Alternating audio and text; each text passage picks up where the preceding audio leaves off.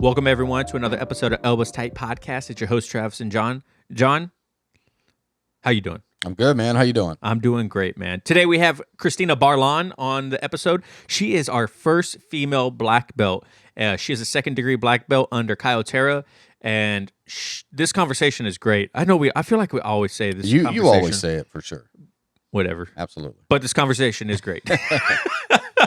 Kristina did not disappoint. Her wealth of knowledge and the insight that she gives to a lot of things is just great. I absolutely loved it. John, what were some of the things we covered? We talked about pretty much mental health, maybe coming back, dealing with some injuries. We talked about competition a lot. Talked about a female black belt, what that's like, instructing. I thought she talked about a lot of good things, and she was a pleasure to talk to. I felt like we could have kept talking, which we did a little bit after. Yeah, but, we talked actually quite a bit before and after the recording. So, but yeah, it's just a great conversation. She's very open about mental health and whatnot, so it brings an aspect to the interview where she's just very candid about a lot of things, and it's great. I like when people are very open, even about like the not so great side, the side that you don't see on Instagram and the podiums. Yeah, it's not always like roses, that. right? Yeah, so that was really nice. But other than that, we don't really have anything. Make sure you guys let us know what your favorite part of the conversation is. If there's anything that you guys thought was the greatest. If you guys are watching, you notice that our set has changed. We had to move our office around a little bit. So thank you to them for sponsoring us.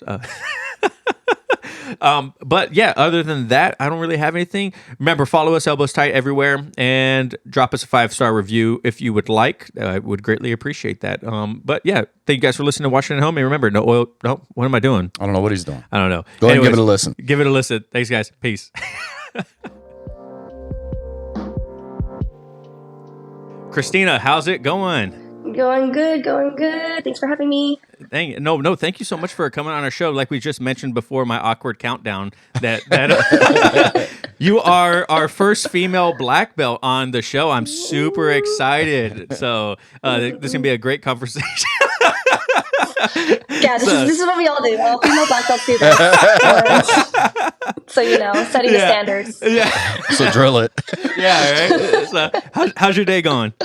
It's pretty good. I started off with comp class earlier this morning. Had a good group come in. One of my friends, she lives an hour away. She's also a black belt, so it's hard. Like, there's not too many of us, right? Like, just like I'm the first female black belt on your show. It's like there's not too many women black belts in this area in like Northwest Florida, like the Panhandle. So anytime that we get to link up, it's just like let's scrap and hair everywhere. It's been great. It's good morning. Good morning. That's awesome. Is California, does it have a higher population of female black belts? Yeah. I mean, especially now, obviously when I first started back in 2007, there were none. But now, there's a lot, or at least a lot of high level or brown and black. Although I feel like in the past few years, a lot of us have moved out of California, either I think COVID kind of messed up a lot of things for everybody. So they had to find work somewhere else or leaving the area. That was the case for me. That's why I'm in Florida now. But yeah, there's a lot. It's not even counting Southern California. Southern California, obviously there's just a ton, but Northern California has a good amount of female black belts there too. We're just kind of spread out. But I mean, if we have a women's open mat, yeah, you could have maybe 4 or 5 if they all come in at the same time, right? And then a ton of brown belts too. So yeah, we're definitely spoiled in California. There's so many. Yeah, right. And we live up in Washington State, and I don't even think that we have. I've never met. No, I take that back. Heather Wood lives up here, if I remember correctly, and she's a female black belt also. But I don't think we have Hillary Van Ornum. No, she's in Oregon, or yeah, I think most of them are actually in Oregon. There's a lot in Oregon. I think Sonia was the highest belt. Yeah, Sonia Salem. There. Yeah, she just got her black belt. What about Amanda Lowen? I mean, she moved out, right? She's in Portland. Yeah. Oh, okay. See, I don't know anything about the We're so close. Oregon, Washington, the same thing. Yeah. Right. But so let's go ahead and kind of get into your backstory on how you started jiu-jitsu. We mentioned that you started in 2007. How did that whole come to fruition? You getting into jiu-jitsu? Well, I mean, I was training Muay Thai over at Cesar Gracie's academy first, and I started that in 2006.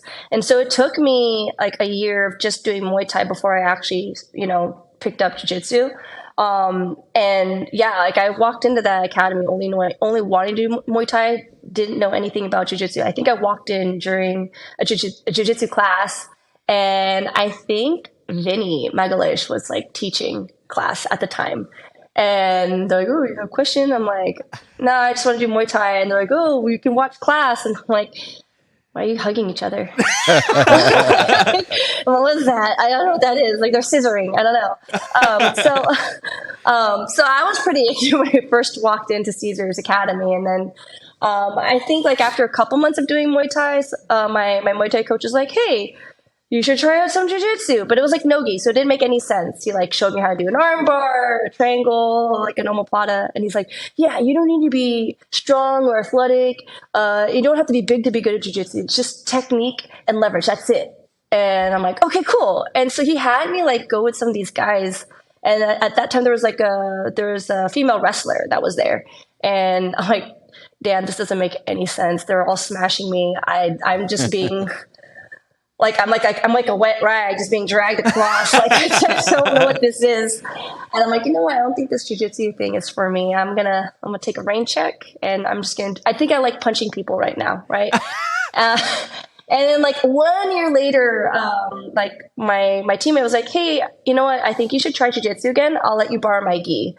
And like, all right, and so I borrowed his gi top, was way too big. I got a random white belt somewhere in the back of the gym. Who knows what germs were on it? I didn't care. I wasn't thinking that at the time. I just, all right, you're mine now. And then didn't have pants, so it was like the Sambo style, And then I just started doing the warm-ups. And then being able to use the grips, I was like, "Oh my God, I should have been doing this the entire time." Like I won't say I was pissed, but I was just like, "Oh my God, this makes so much sense. Like, this is all I want to do now." So it took a while. And then once Caio got in, that's when I officially signed up. I'm like, "Nope, I'm just going to only do jiu-jitsu. I want to do this jiu-jitsu stuff." Like, he's legit. He's my size, and he's beating up these guys who are like 200-pound plus, making it look like it's nothing. Like, and it looks like magic, like he's there, right. And all of a sudden they're like flipped over, and I was like, doesn't make sense. It like defied all whatever made sense to me at the time. Like, oh, big strong guys are good at like fighting sports, right? He was the complete opposite of that, and like I just was like so inspired, and so it was really, really easy for me to just like, yep, I'm gonna start doing that. I dumped my boyfriend because he was like not supportive. I'm like, "You know what? You gotta go, and it's just gonna stay." And here we are, like. Was it 15 years later? Coming up on 15 years? Yeah. I've been in it. It's since 2007. Yep. Right. I can't math right, so you tell me if I did the math right. I think it's coming up on 15 years. I'm not very good. I can't ask him. He can't even read a tape measure. Yeah. So no, I am not a math Asian at all. Like, right? Asians are good at math. Not this one. No, I need to look at my fingers. I need to look at my toes. I can't. But if you need me to balance something on my head or like be dexterous and like be a party like circus Asian, I can do that. I'm good at that. Just not the math stuff. That's funny. So do you have any athletic experience before you started Muay Thai and Jiu-Jitsu, like growing up? No, 100% dance and performing arts. The closest thing to anything competitive was when I got into breakdancing right before I started doing Muay Thai. And so like anyone who knew me as a kid and they see what I do now as a living, like they all knew me as this ballerina, right? I was like, I played the piano and I did ballet and I did jazz and I was in like the Filipino like folk dance group. Like I was the artsy kid, right? And like, "Kristina, how'd you go from being a ballerina to like this jiu-jitsu stuff that you're doing? And I thought you were such a nice girl." I'm like, "I'm still a nice girl? Wait, what?" I've always been a nice girl. I just like to choke people sometimes and get paid for it. It's weird. But yeah, like no, I didn't play any competitive sports. I think I played one season of basketball in the 3rd grade, and that was just because my childhood best friend was doing it. So whatever she did, I want to do. I was terrible. If it's a sport that involves a ball getting into a goal and there's no physical contact, chances are I'm not going to be good at it. Like no. it is almost it's laughable. You will think that I am joking, like, or punking you, like how bad I am. Like you say, shoot a ball, it'll like go that way. It's no coordination with that. That's sports ball. But I could see dance helping out though. I mean, dance has some coordination and movement. Oh yeah. I think that was definitely the biggest advantage coming into jiu-jitsu, was just the body coordination, having core strength, being able to understand techniques too. So like when I'm watching a technique in class, it made sense because it's like I'm watching choreography. So right. My understanding of movement and like body awareness was just a lot higher as a white belt. So it just clicked. It just made sense. Yeah. I was going to say, I think a large portion of, if someone doesn't have like an athletic background when they first start jiu-jitsu, the first couple months is literally just figuring out how your body works. Yeah. You know, like you're like, they're like, put your arm here. You're like, that's the complete opposite way. You know what I mean? Yeah. Oh, it's like Twister all the time. You know, my foot, right hand on, red and left on here, and then your foot. Yeah. All the time. And I have to be, like, I always remind myself this, like, whenever I have new students, and I'm like, your right hand. And they're like this. I'm like, no, you're the right hand. It's like, no, my right hand. It's like Napoleon Dynamite. Like, that's me. I'm like, can you just move it in the right spot for me? Thank you. Yeah. And I'm like, okay, Kristina, like, just, okay, right? So some people don't, like, some people, like, I have to do this too. Like, okay, which side's my left hand? Yeah, the L. I'm like, okay, this is my left hand. Okay. Which one? If you guys aren't watching this, we held the L's up with our hands, and then I drew the L. Like, this is my left hand. So yeah, but that was definitely an advantage. Like, if you told me to put my foot somewhere, like, it made sense for me to put my foot somewhere, Yeah. But yeah, not having that, it can be kind of difficult, So knowing that, when you go to like teach someone now, what are some ways that like someone you can get someone to help understand faster? You know what I mean? Because there is that whole like, I don't know what's going on right now. I really, really like pushing movement drills a lot. Like, a lot of my warm-ups that I do, they're always going to be somehow related to whatever it is I'm going to be teaching that day. But I'll always stress, like, this isn't just some movement to get warm, or just because it looks silly, or because I want to look at you struggle. Teaching students how to do like forward trims for the first time. It's like, yeah, this is for my enjoyment. I find joy in seeing you struggle. It's not because of that. Okay, I promise. But no, like, these are like, I like functional movement. So I think the easier it is for people to like understand those functional movements, then the easier it becomes to understand what we're going to be doing. Like with the technique itself, like I use a lot of analogies too. So I'll say, okay, when we're, doing a hip escape across the mat, that's kind of like doing something in 2D, right? And then when you're applying a hip escape in some way, shape, or form with a partner, now that's like 3D, right? And now when you're applying that same movement, but not using the floor, maybe using a different part of the body, or maybe you're angled differently, like maybe you're going to be inverted, or maybe you're on the back, or now you're switching like where you start off, but the concept is still the same. Now that's like bringing it into 4D. So it's always like working in dimensions. And so there's always, I feel like if you teach the why, and that's a lot of the reason why having Caio like as my professor, like it just made sense. He always taught the why. And I feel like I've always just had really good professors. Like even when I moved to Arizona and I was under Gustavo Dantas, same thing. The why was so important. And I think it's not about the whole picture, because sometimes I think that's a little too hard for people to digest at one time. If you can say if we can at least pinpoint to like what our objective is within each step, so we know it's not just a mindless like, oh, I'm grabbing here because they told me so, right? I think that makes it a little bit easier. I think in the beginning it's harder because you have to train yourself to think this way, but in the long run it becomes easier, as opposed to just being spoon-fed, and then later on you're going to have a harder time understanding like more difficult or more advanced techniques, because I don't know, like I guess like we're saying, like with the fundamentals shouldn't be easy. Fundamentals are like, they're basic, but it's not necessarily easy. Those are the building blocks. And so again, you might put some time and effort, and it might be a little bit more difficult in the beginning just to get those building blocks. But once you understand how they work and how you can use them, it becomes easier in the long run.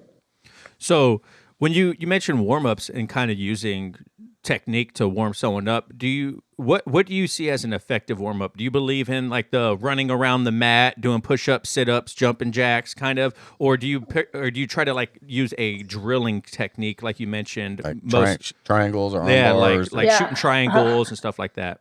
I like the running around and the push-ups and the sprawls and all the stuff for the kids because I want to make them tired and I don't have energy for them. So, so I'll make the kids do all the burpees. I won't necessarily make the adults do it so much. We do like do the beginning like warmer like run around. I do, even though I'm a guard puller, I like making sure I'm integrating some sort of like stand up. So even when we're doing the runarounds, those are all footwork drills. So I don't want us to run or sprint just to run or sprint. I'm making sure I'm adding in footwork. So like if you're doing like the little karaokes or like how you shuffling backwards, skipping backwards, forward and backwards. Again, there's always going to be a purpose to it. Obviously, if someone's got injuries, I always modify. I'm like, okay, do squats or something else instead. But yeah, I don't make my like adult students do like push-ups or burpees or anything like that. Like no one's going to be pushing up out of anywhere, I don't think, right? Right. Yeah. And I don't know about you. Well, maybe you guys can. Like, I can't bench press anybody off of me, so I'm not going to be. That's not functional to me, right? Yeah. So yes, I do like swinging arm bars. I do like Kimura sit-ups. I do like shooting triangles. All the warm-ups that we do across the mat, they're all going to be like, again, functional movement. Technical stand-ups. I love technical stand-up because it doesn't matter if you're a white belt or a black belt. And at a basic level or at like the highest world class level, you're going to use a technical stand-up in almost everything, right? Whether you're falling, whether you're getting back up, whether you're going to be sweeping somebody, like that is like, I think I stress technical stand-up the most. Like for example, the past 2 weeks, I've been doing just the stand-up part of our curriculum, my curriculum, and which is for the most part, for the past 2 weeks, I've only been teaching judo. And then this next week will be coming into wrestling. So that means I'm teaching break falls. Every single class is lots of break falls. Every single day there's going to be footwork drills. Every single day there's going to be some form of like understanding grip fighting. I feel like that's going to be a little bit more valuable. And again, it gets people thinking, okay, I'm moving with purpose as opposed to just moving or moving just to move. Do you think, since you watch a lot of students, would it be better for newer practitioners, say they're coming in with a less athletic background, to focus on strengthening their cardio or muscular? Well, I mean, like, the thing is, are you talking about like doing stuff like outside of jiu-jitsu? Yeah. That was a question I had for you. Someone was curious. Should they focus more on weights or cardio? What do you think is more beneficial? What's more beneficial is doing more jiu-jitsu. There's nothing out there that recreates or simulates jiu-jitsu except for jiu-jitsu. And I think that's what makes it so unique. Sure, you could go running, you could bike, you could lift, you could do CrossFit or some sort of cross training or whatever. Like those are all going to be supplementary, but ultimately none of that is going to make you better at jiu-jitsu except for actually doing jiu-jitsu, because the cardio that you get from rolling is not the same as, it's not a sprint. It's also not a marathon. It's somewhere right in between. You have to know when you can kind of go with bursts. You have to know when you can pull back. You have to know when you can rest. Even like how you engage your muscles, it's not the same either. It's not all explosive and it's not all just holding on tight the entire time. Right. I think like it's like learning when you can, when you can pull, when you can push, when you can actually relax and let go and breathe. All of that stuff, like you really only get from rolling. And you can make that easier. So if someone is like coming in not super athletic, I would do specific rounds. Like your objective is you're going to start from close guard and you need to try to find a way to sweep or submit the person, and you have 1 minute to do it. And so you have like, it makes it a bit easier for you like to focus. 1, I have an objective. 2, I know where I'm starting. And 3, now I just got to figure out how to make it work. And you can get really, really tired in that, for example, 1 minute, right? 1 minute on top and 1 minute on bottom. And you do a bunch of that. But what you're doing is over time, you're just making itself easier, right? Because you're going through these like little sprints. And then before you know it, it's like 1 minute, now 2 minutes. And then now you're getting through 5-minute rounds because you were doing everything else before. And now you have an idea of direction and objective. especially because like, you hear it all the time, like, well, what do I do now? I'm here now. What do I do? Now what? Right. Yeah. So I like with my beginners, giving them specific scenarios to work from. And again, you can get really, really tired from that, but you can also get a lot of really good conditioning. And I think it makes it easier to transition to like full 5-minute rounds. I like having my students roll right away if they feel comfortable doing it. I know some places don't. Yeah. I think if you compare a beginner with someone who's, more versed and has a little bit more experience, again, I think different gyms have different kind of communities and different mindsets, but where I'm at right now, everyone tries to help each other for the most part. So it's safe to do that. Like, obviously, I'm not going to put the 2 beginner white belts with each other and then, like, okay, have at it, right? Pull out the popcorn and like, not trying to have that happen. But yeah, I think just starting small bits and then lengthening that time little by little. So how do you feel about kind of beginner classes, like onboarding classes for brand new practitioners? Do you feel, because it just made me think of how those typically don't spar, and if they do, it's going to be new white belt versus new white belt, which we all know is like rams locking horns. You know what I mean? Yeah. So do you feel those are beneficial, or should you just throw them into Gen Pop and then let them kind of learn that way with the more experienced belts? Throw them in to the general. I mean, like, you can, like, again, like in the beginning, like if I have a brand new person coming in, for sure, I'm going to have someone walk them through like the warm-ups. I'm like, hey, this is going to be your battle buddy today, right? I'll put them in with like a blue belt or a purple belt, if I can. And like, hey, like, you're just going to shadow this person and they're going to show you the ropes. And that makes it easier for them, because I know it can be super awkward and intimidating walking into those mats for the first time. Sometimes I can have new white belts with each other, but then it's like I have a little bit of anxiety too, because it's like they don't know what they're doing. And I'm like, oh man, just something bad's going to happen. So it's like, you kind of want to keep them separated as much as they can. And then only when they're tired enough do you let them meet. Come together.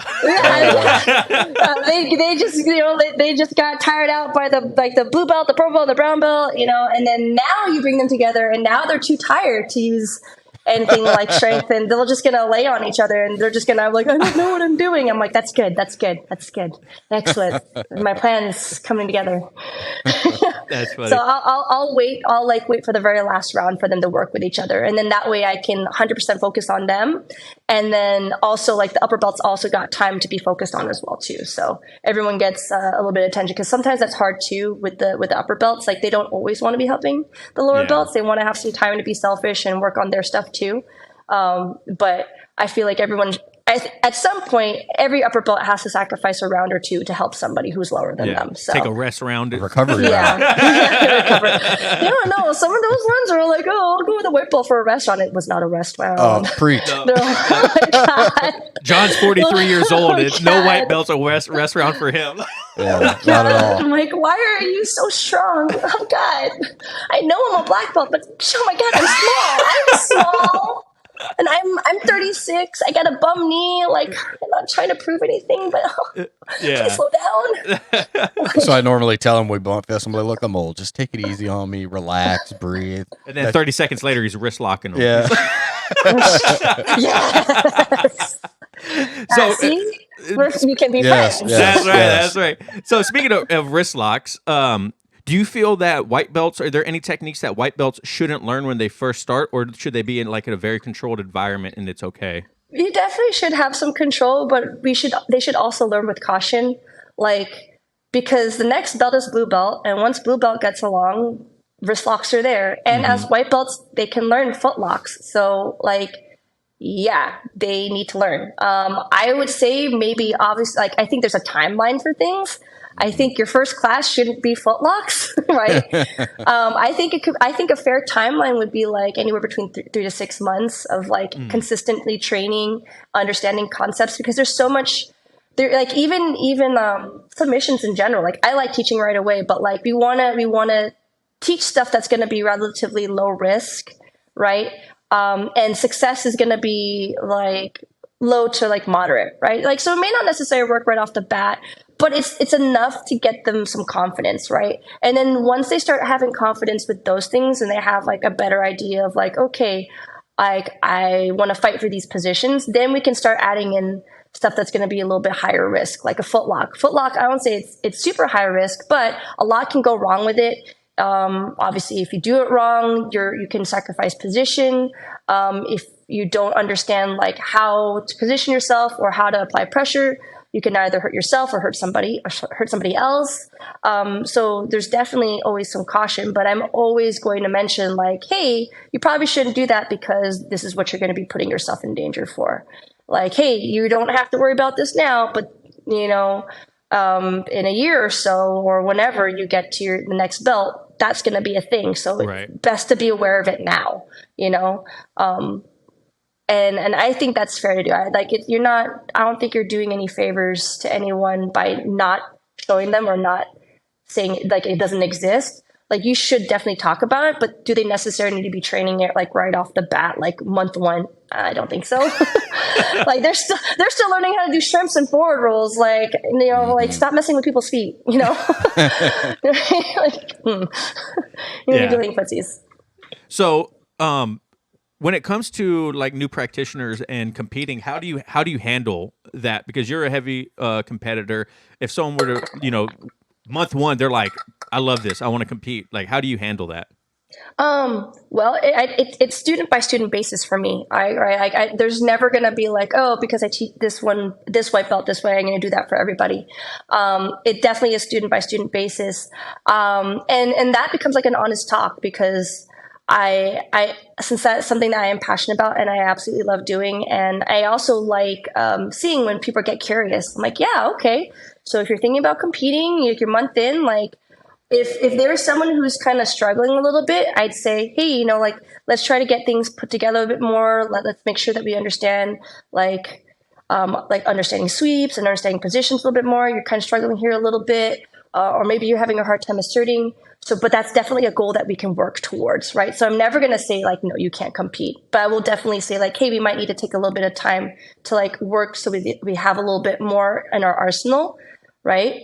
And I always encourage too, is like, I want this to be like a good journey. Like there's no rush to this. So I don't want anybody rushing into a tournament with certain expectations and then they quit, right? Because that's also bad for business, right? So there's the part of me that like has to be like, yeah, I want you to compete, but there's also the part of me that's like, but we also have to retain and maintain students, right?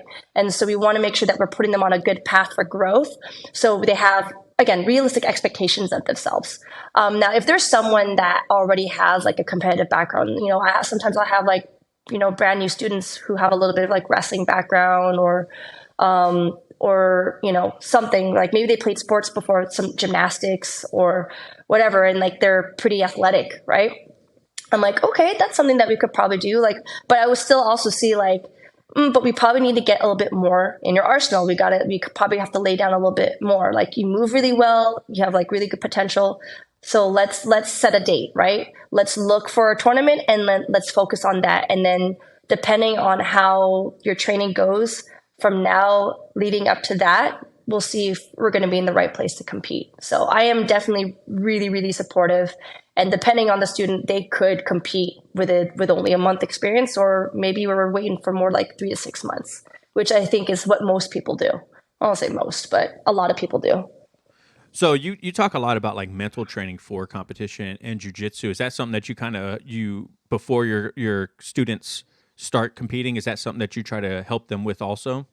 100%. Yeah. I will never neglect adding in the mental side of it. Because like the thing is, it's not even the competition part where like the mental training comes in. Of course that you need to prep for the actual competition day, but it's actually like the mental prep, like coming in every single day to train, especially when you come into days where like, man, you're tired, you're sore, everyone's kicking your butt, right? Everyone's submitting you, everyone's sweeping you. Like those are the days that are going to be the hardest.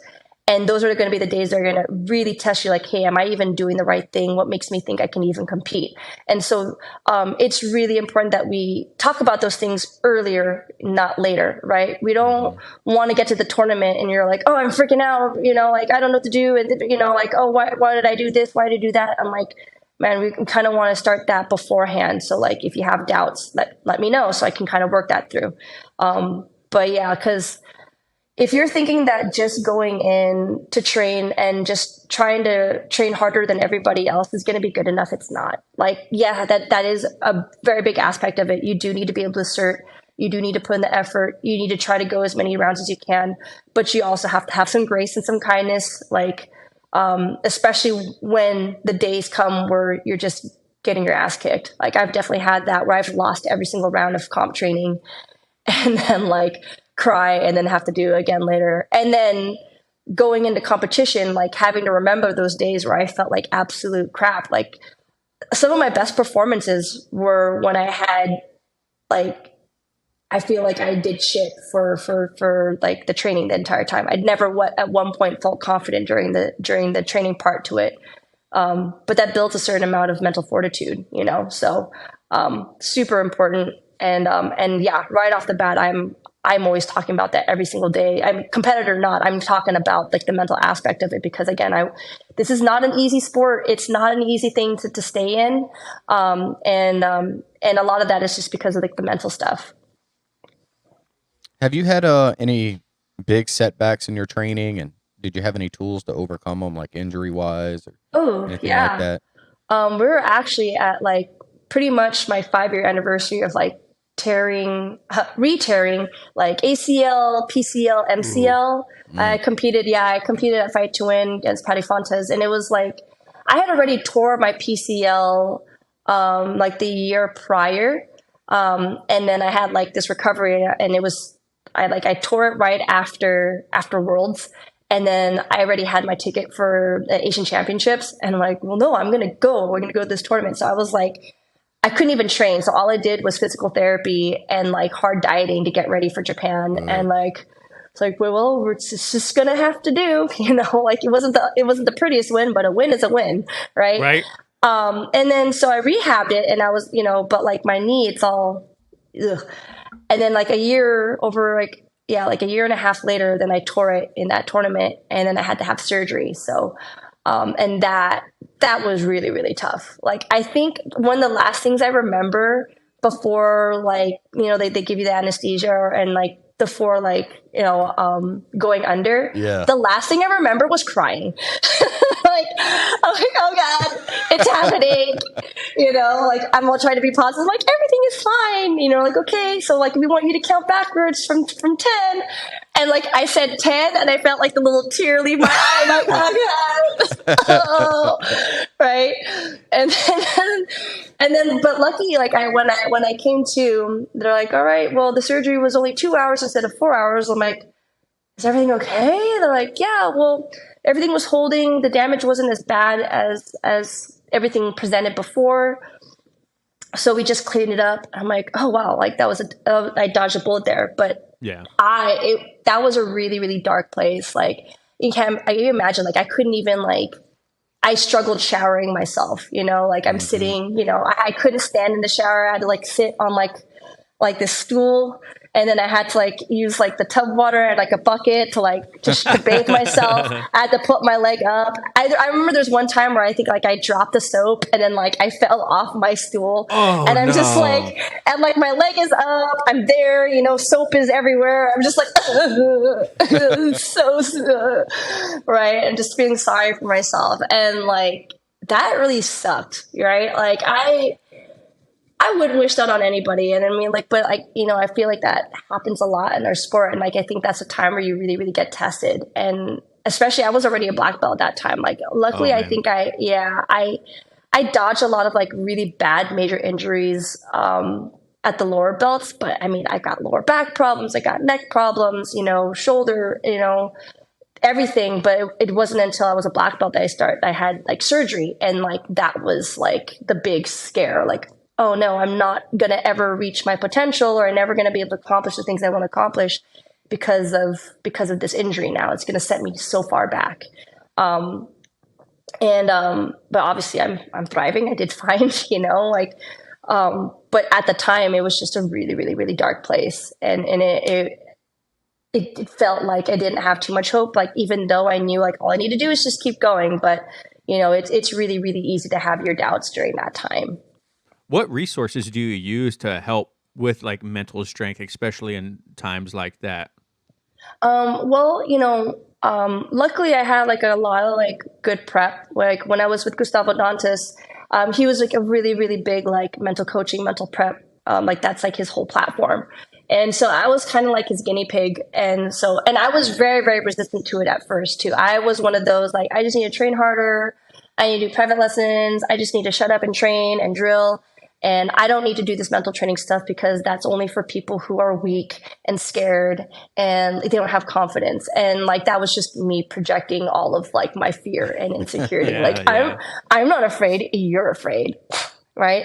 So, a lot of it is just like going back to like touching back to like, not even as an athlete, but like making sure I always touch back to who I am as a person.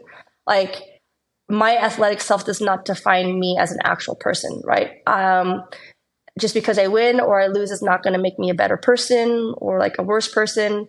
I'm not all of a sudden like, people aren't going to stop loving me if I stop winning, or I'm not going to be less valuable for whatever reason. And it was like having to be okay with like, okay, these things are going to be tough for a while. And then having to kind of talk yourself through that, like, okay, Right. well, what's the worst that can happen? And then what's the best that could happen? Right. Because it's really, really easy to think about all the bad things, like what the worst things that could happen first, and without considering that here's the good things that could happen. Right. And then having a good support system, I think, would be the hugest one, because it's like, it's really easy to isolate yourself, and it's really easy for us to make ourselves believe like we're the only ones going through it, and we're the only ones that are feeling what we're feeling. And if you can like have a support system, like especially with training partners who've gone through similar things, talking to your professors or talking to your coaches or talking to those who are like have more experience than you, that's also a really good like source of help that's available to you. Obviously depending on the relationship that you have with everybody, but like most people will have that, some family member, some friends. I think we live too much in our head and we don't spend enough time actually verbalizing what it is that we're feeling. And so therefore it's a lot easier for things to get kind of out of hand and grow bigger and more powerful, because like we give them power. Right. But it's surprising by how much the moment you actually like speak it or talk about it, you take the power away from it. Right. And it becomes less, and you're like, oh, it's not so scary. So it's kind of like, I don't know, shining like a flashlight into the shadows and stuff like that. So I really, really, really did have to, one, rely on my own training, but then also, as much as like I hate to do it, but I'm afraid to do it, rely on the people around me for support, because that is what they are there for. Like, how am I going to say that you can come to me for help if I don't go to others for help too, right? Yeah. So I feel like it's the scariest thing for a lot of people to do, because you have to admit that you're scared, or you're vulnerable. But it's going to be the thing that also like helps you the most, because again, like going through something alone is probably one of the worst things to have happen. So understanding that you're not is already going to put you ahead. Today's episode of Elbows Tight Podcast is brought to you by the Amino Co. John, go ahead and tell the listeners at home a little bit about Amino Co. So I'm using Heal. It's to help with recovery. It's 100% science-backed. What I like about it is it triggers lean muscle growth and repair 4 times more efficiently than any other protein source. It reduces muscle atrophy and improves physical function after surgery. It helps maintain a healthy inflammatory response by acting mTOR. I highly recommend everyone go to Amino Co., look it up online, check out the science-backed details. It's all there. So far, I really like it. It tastes great. It mixes easy. And I'm looking forward to using it for a couple months. If you guys want to check out Heal and check out the science, go to aminoco.com/elbowstight. Once again, that is aminoco.com/elbowstight, and use code elbowstight at checkout for 30% off. Every new purchase does get a free gift as well. Thank you, Amino Co., for sponsoring this episode. So how do you deal with like imposter syndrome? You recently posted like Instagram thing talking about imposter syndrome. How do you deal with that? Just fake it till I make it. That's all. Preach. Right, I'm right there with you. I do a little dance. If I make it look, I'll just dazzle them with my bullshit, and no one will be the wiser. No. I'll do something fancy, and I'll say a bunch of big words. Yeah. it's a day by day process, right? Yeah. Like, because it's always ups and downs. And actually, something that I've been doing recently to kind of help is like while I'm in it, because like again, while I'm in it, I'll just shut up and I go and I teach, right? And I'm like, okay, that felt pretty good. But I've been recording myself teaching like the past couple weeks, and I've been kind of like reviewing, and I'm like, oh, okay. So now instead of just being like, oh, Kristina, you're such shit, like you're just totally lying to them and you don't know what you're talking about. And then I look back at it, and then now it's like, I mean, I know I'm watching myself, but now I actually have something that I can correct. Yeah. And I can also compliment myself to like, oh, wow, that was really good detail that I did there. Oh, that was really good movement. I could probably improve that a little bit better. And that I feel like is a little bit more productive, right? Because again, same thing. If we're just in our heads and we're just like, oh, it's only a matter of time before people find you out, or, you know, you're a total fake, or, you know, you did that one part wrong, right? Like, I think everything is going to be okay for as long as we can at least take accountability, right? I know I'm not perfect, but I've gotten better at admitting if I don't know something, and that also helps me too. So it's like, okay, I don't have to act like I know everything just because I'm a black belt, just because I have all these titles and I have all this experience. Like, I don't have all the answers. So I had to teach myself to get more comfortable admitting like, hey, let me get back to you on that, because that's a situation or a scenario that I'm not too familiar with. Oh, that guard or that specific position, I don't do too much work with it, but let me get back to you because I can study up on that. And that makes me better. And I feel like that makes it a little bit more honest. So I think the more that we feel like we have to be like this unstoppable superhero figure for people, it's like we're setting ourselves up for failure if we do that, because it's like we're trying to be someone that we're not.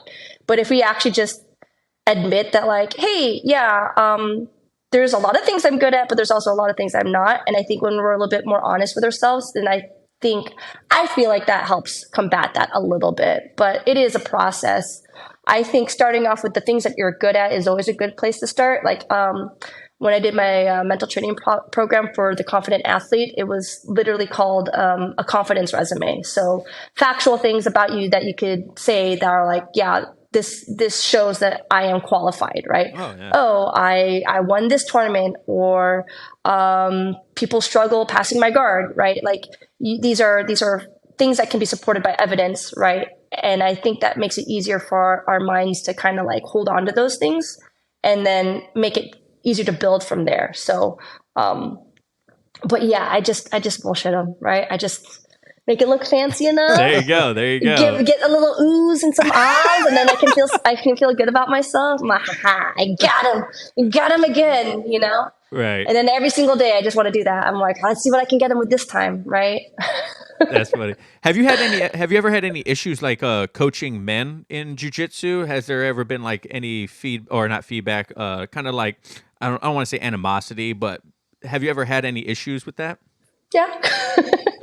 Definitely. I mean, it's definitely a lot better now, but I've had it where like visitors would come in and like not even shake my hand. Like What? they'd shake like the other guys like that were black belts around me, or like it was so weird. I was like, why are you not shaking my hand? Why are you? And like I outranked somebody. It's like, why are you shaking the lower rank before me? Like, or like I'd That's go so and weird. help a person, like the same person, and like I'd try to like help him with the technique, and he'd like ignore me. I'm like, that's weird. You're like, this is pretty black, you know? It's like, Yeah, right. I'm like, did I put the wrong belt on today? What is going on? I mean, I know like my belt's getting worn, and it's getting kind of like, we don't know what belt that is. I have it all the time. I had people like, I posted a flyer recently for a seminar that's going to happen in February. And I had like 4 or 5 DMs were just like, what belt is that? I'm like, it's a black belt.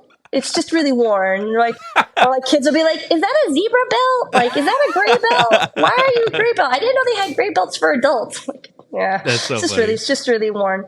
But yeah, like sometimes I'll have like guys who they want to like F around and find out, right? Like they go harder than they should, right? Like again, just because I'm a black belt does not give you permission to go balls to the wall and try to hurt me, right?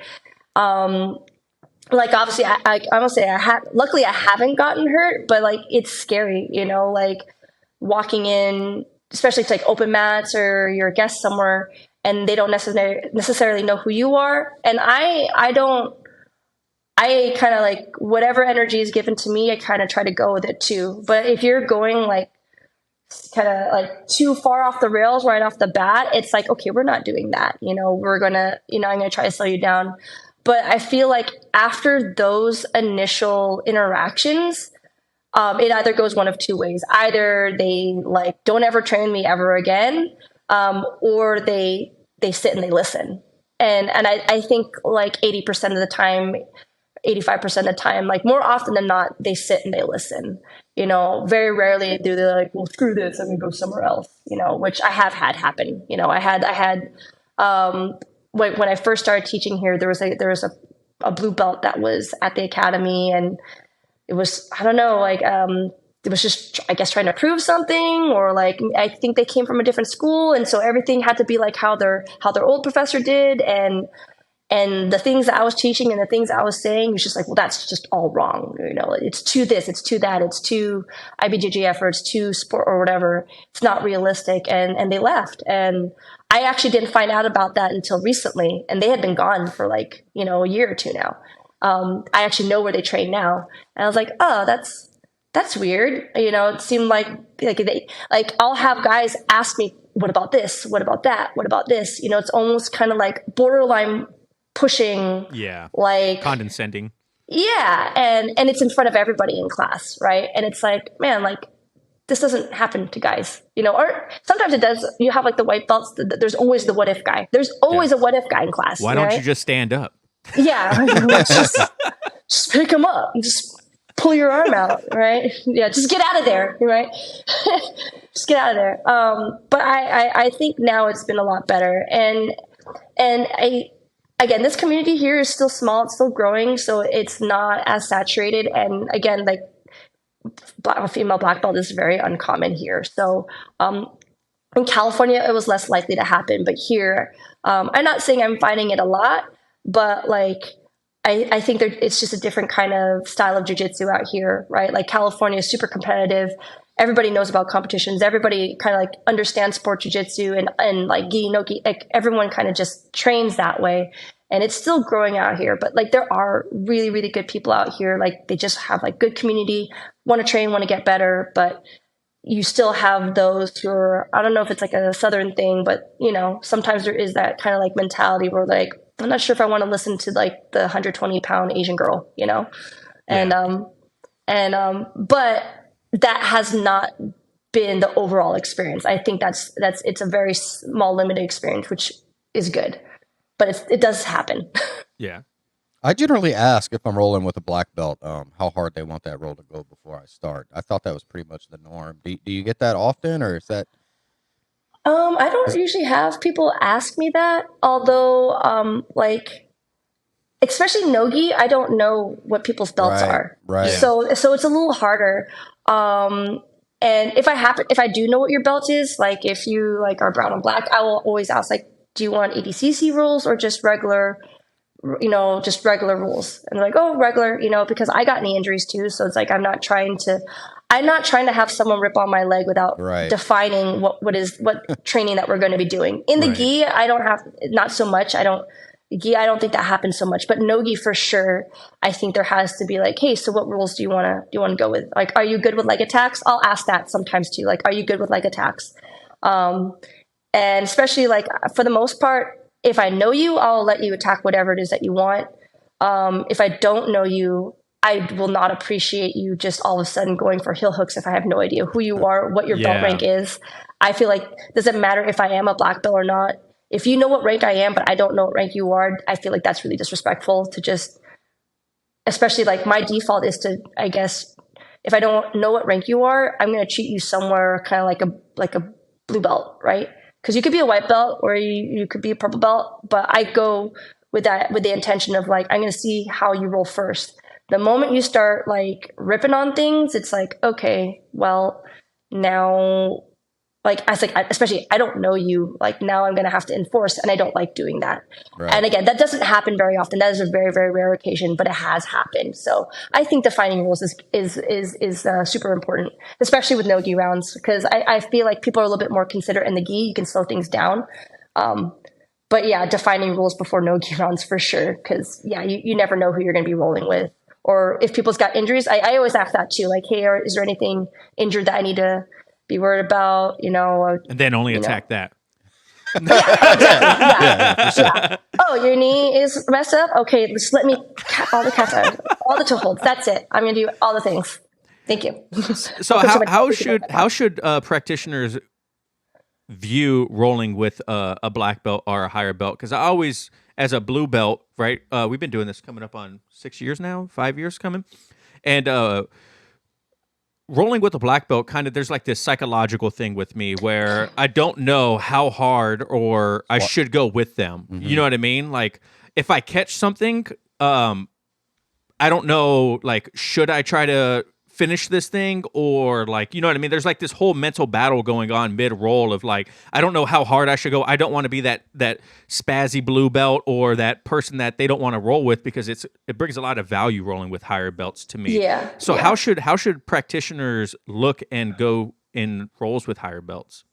Well, I mean, it really just depends on the relationship that you have with them, right? Like there are certain people who I know, like, it doesn't matter what I do. Like, Cesar, anytime I'm going to roll with my professor, like, it doesn't matter. I'm a white belt. I know so nothing. Good. No, yeah. Anytime, I think like one of the last times I rolled with Caio, he had like a broken hand or something. He tucked his hand in his belt, and then he swept me without his hands and submitted me just only using his legs. And I'm like, what the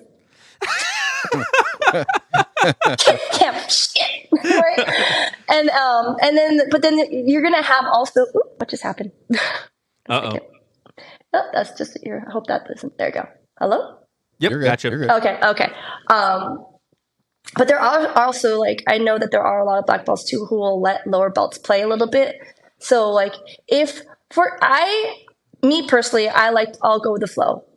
All I ask is don't crank on anything, and don't move so sporadically to the point where like I might possibly eat a knee or eat an elbow or get headbutted. Like that is all I ask. Like there's no reason for you to be like, shooting a knee into my chest for like a knee slice if all I'm doing is sitting here, right? But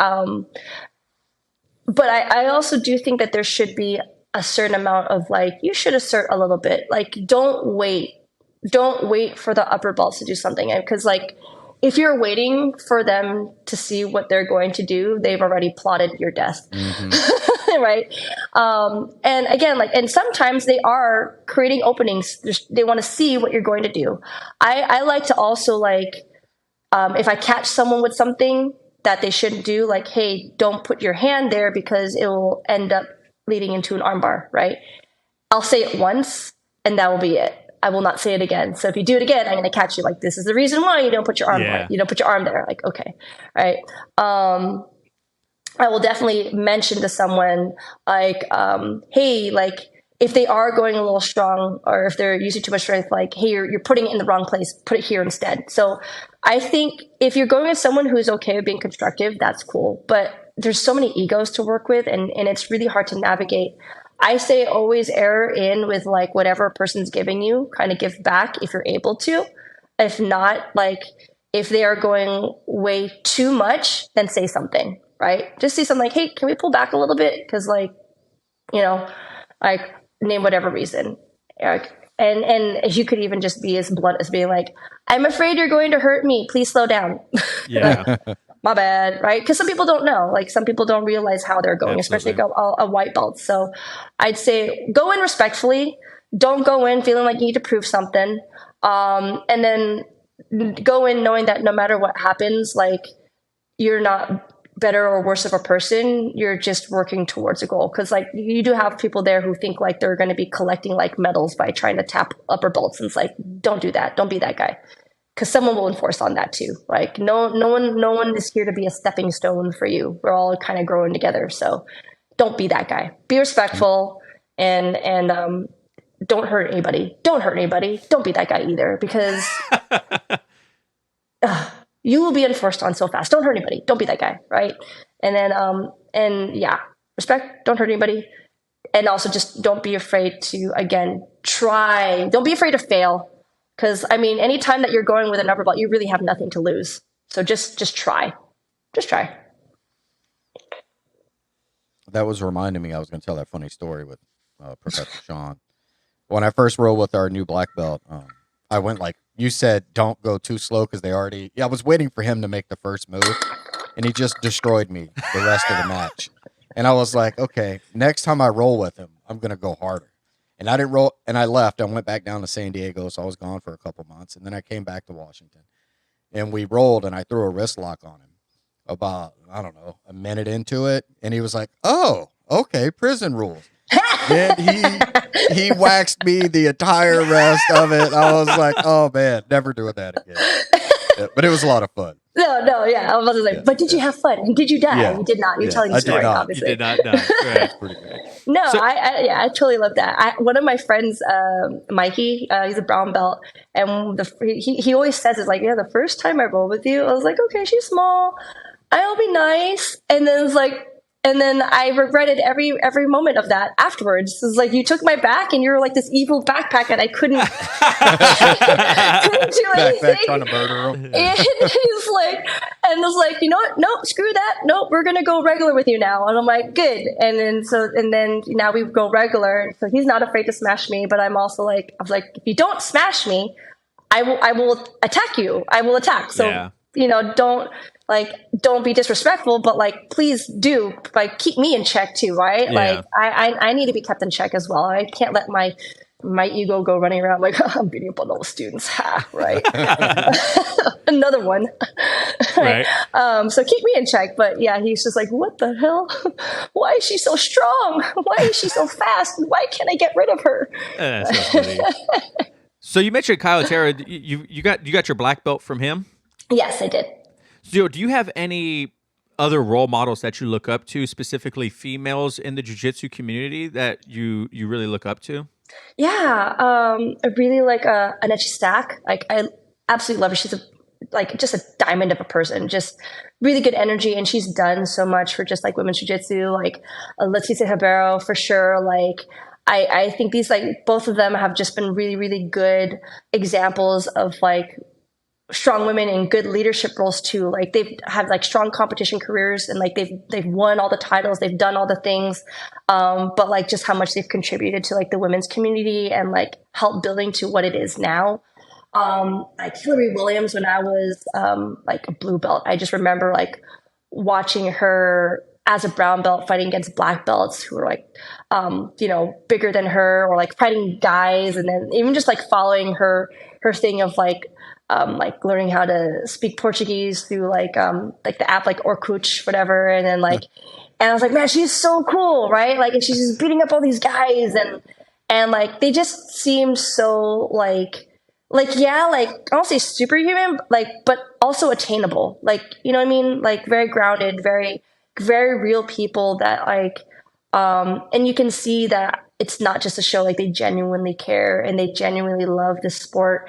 And like, and it's funny too. Like, even like Jazari Matuda, like I was watching her compete as a brown belt against black belts when I was a blue belt, and I would just remember just being so impressed by like her jiu-jitsu. And then like, fast forward, and now I'm a black belt, she's a black belt, and now like she's my rival, and I'm fighting her. I'm like, dude, that's crazy, right? Like, I feel like only in jiu-jitsu could that happen.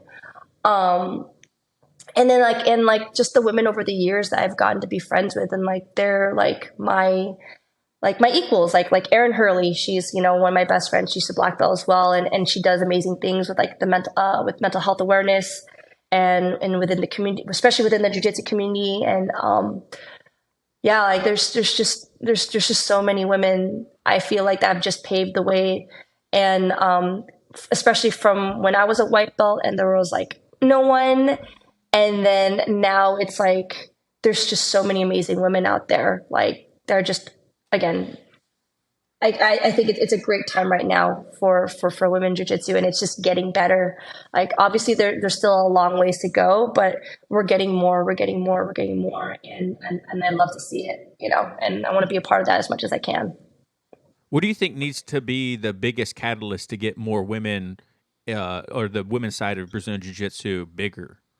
I mean, it's been talked about quite a bit, but I mean, like it comes down to like, I guess, equal opportunity. Like I see now like there's more women's programs. It's great.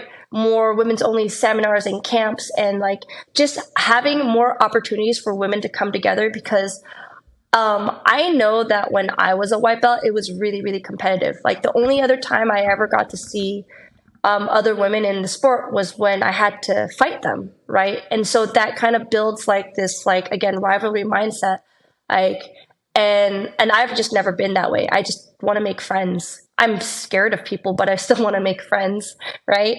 And I found that like through that community, just having that available and being able to get past that initial hump of I have to treat you as my competition as opposed to my teammate or someone who's going to be someone who's going to help me get better, because I feel like a lot of women are raised with the mindset that I have to look at other women as my competition. Like they're, and that's not just in jiu-jitsu, but that's like everything in life, right? A lot of us were raised that way. And so therefore it's like that cattiness. And I feel like that does, right.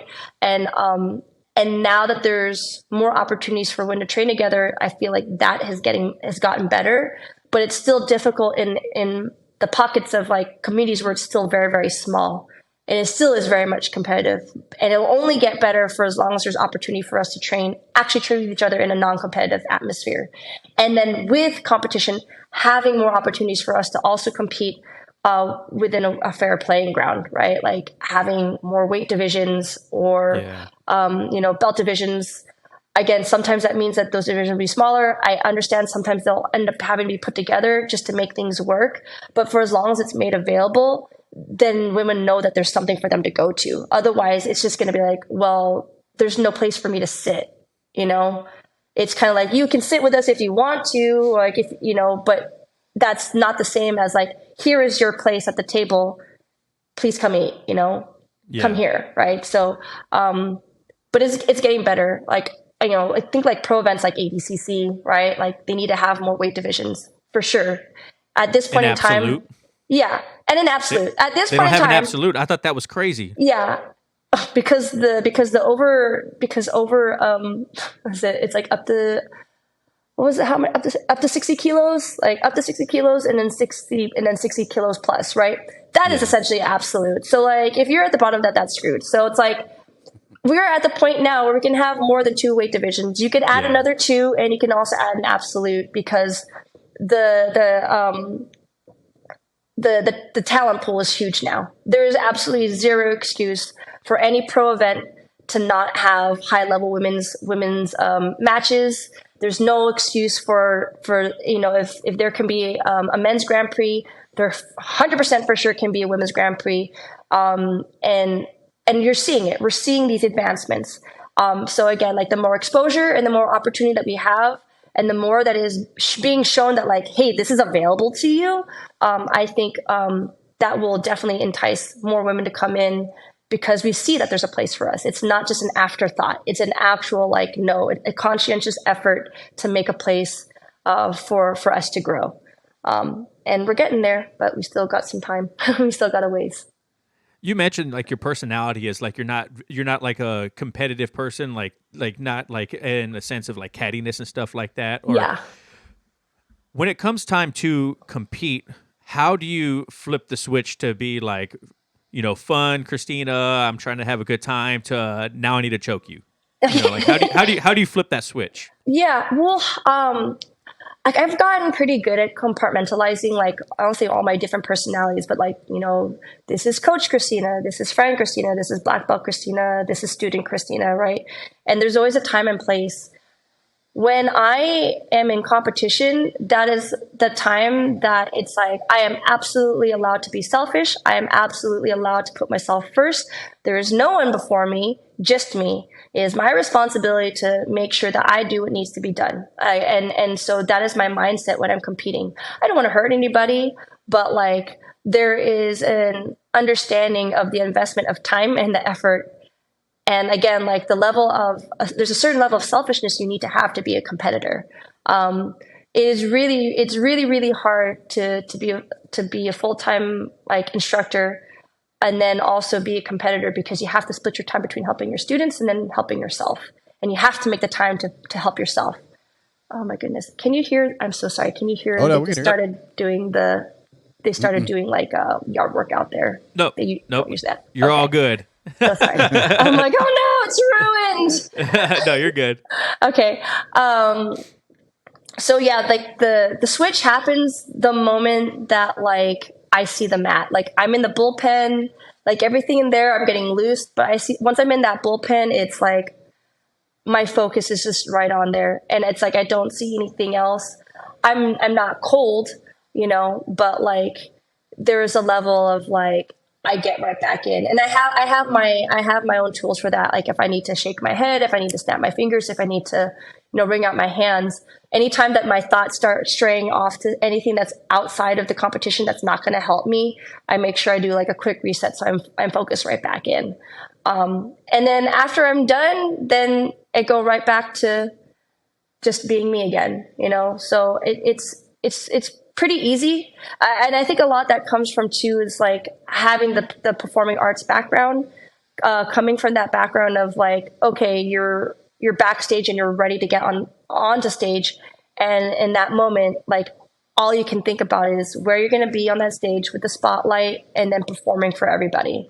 And there is no time to think about anything else or like, am I going to be someone's friends? Like, no, I have to put on this performance. And so, when I'm competing, it's very much like that same mindset, because it's a very similar scenario. Like there's lights, there's all these people around, there's a lot of yelling for me, against me, around me.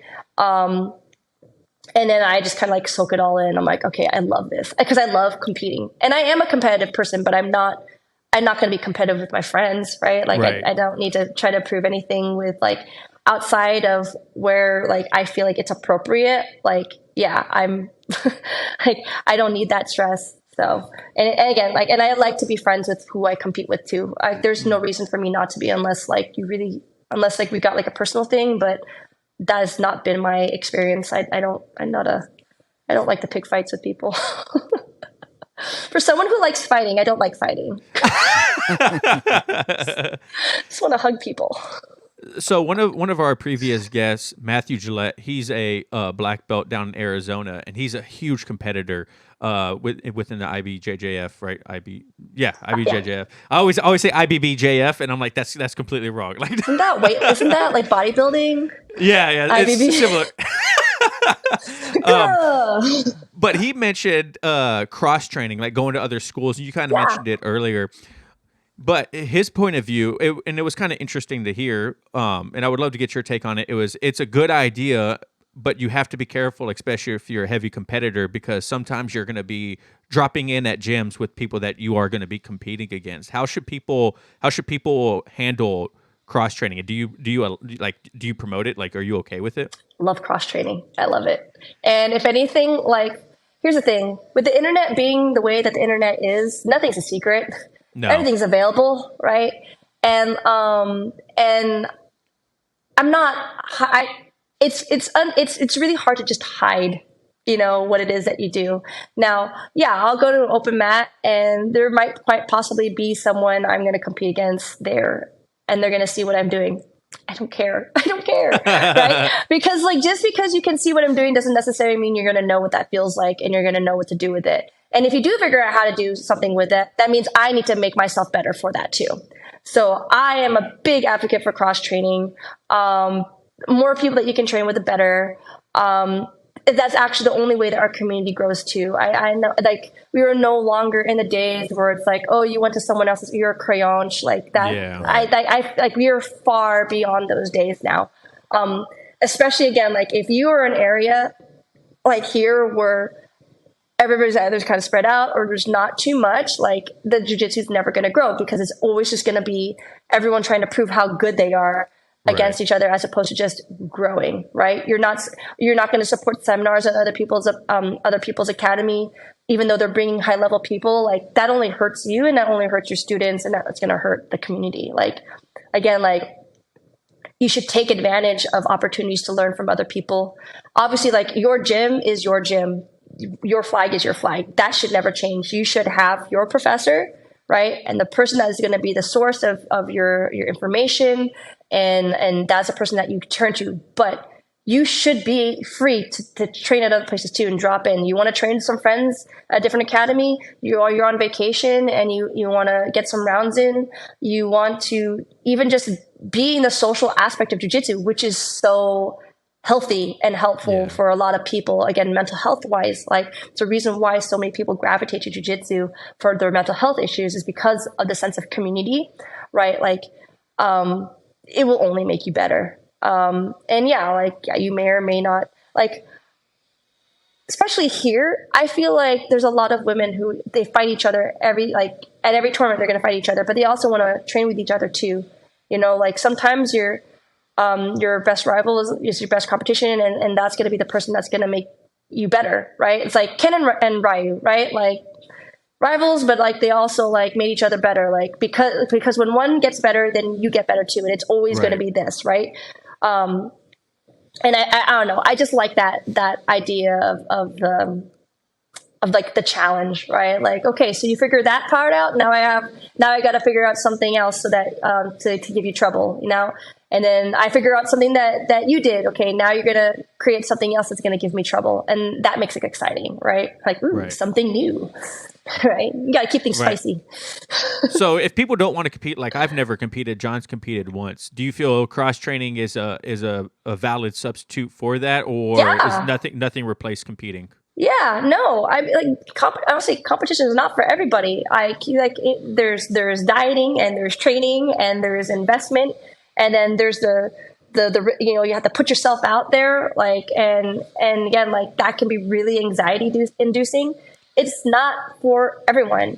I totally get if someone says that they don't want to compete. I'm not gonna be like, no, you need to compete, right? Like, well, just because I like it, you don't have to like the same things I do, right? But yeah, cross training is definitely a good opportunity to kind of see where you're at against different people, right? Because the people that you train with every single day, your teammates, they know like everything that you're going to do. Like they learn your game and they learn how to defend you, and the same thing that you learn theirs. So if you really want to kind of keep things real and you want to see where you're at, cross training is one of the best things. Go to open mats. Again, if you have an opportunity to go somewhere else, like if you're traveling or you have friends that train it somewhere else and they invite you over, take advantage of those. Because again, that's all just knowledge coming in, and you can kind of see, again, like see where you're at. And also just like, I feel like it gives you a deeper appreciation of the sport because there's so many different styles out there. And sometimes you don't realize what you have until you see what somebody else has too. Right. And so I think it's a really good way to like really, really get into the sport, because that's, again, one of the best parts of jiu-jitsu is the rolling, right? Everybody loves rolling. And so like, and sometimes you want to make that better, roll with different people instead of the same people all the time. What's one good piece of advice you have for a newer practitioner? Don't forget to breathe. Like preach. I start getting headaches. I'm like, am I breathing? Am I just holding my breath? Yeah. I need for you to breathe. Take a deep breath.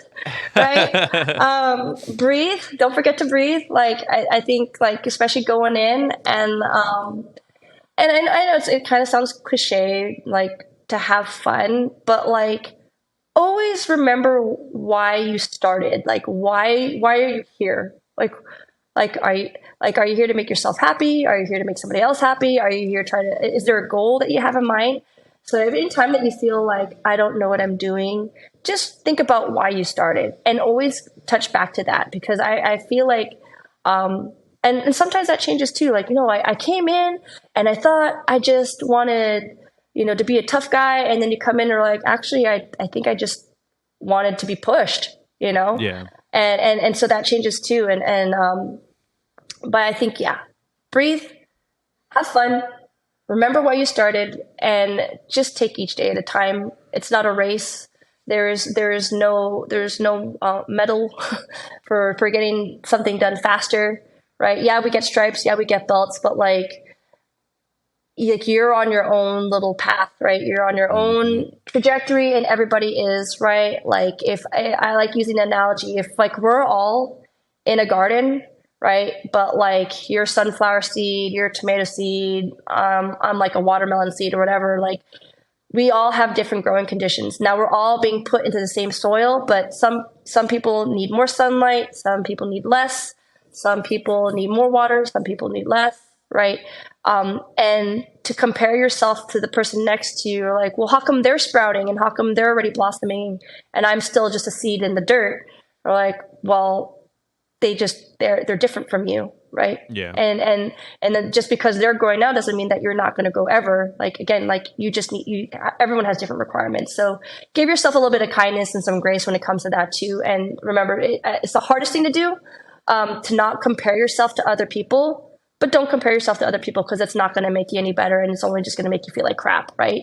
If you feel like everybody else is doing better than you, everyone's just kind of struggling differently, and we all just kind of present differently too. So right. Have fun, breathe, don't compare, and be a beautiful, beautiful seed in the sand or in the dirt. She's saying that, and I'm picturing myself. What am I? I'm the small cactus. The little small prickly cactus. Don't touch me. But like funny. You have like a flower on your head. One of my friends, she's a black belt, Rachel Casillas, and she has like, I'm a delicate flower, but she's like a cactus flower. That's funny. Well, hey, Kristina, thank you so much for coming on the show today. This was a phenomenal conversation. I'm super excited for people to listen to this at home. And if you made it this far, let us know what your favorite part was. If you, or where can people find you if they want to follow you? At KB Jiu-Jitsu on Instagram is the best one. I keep the most active on there too.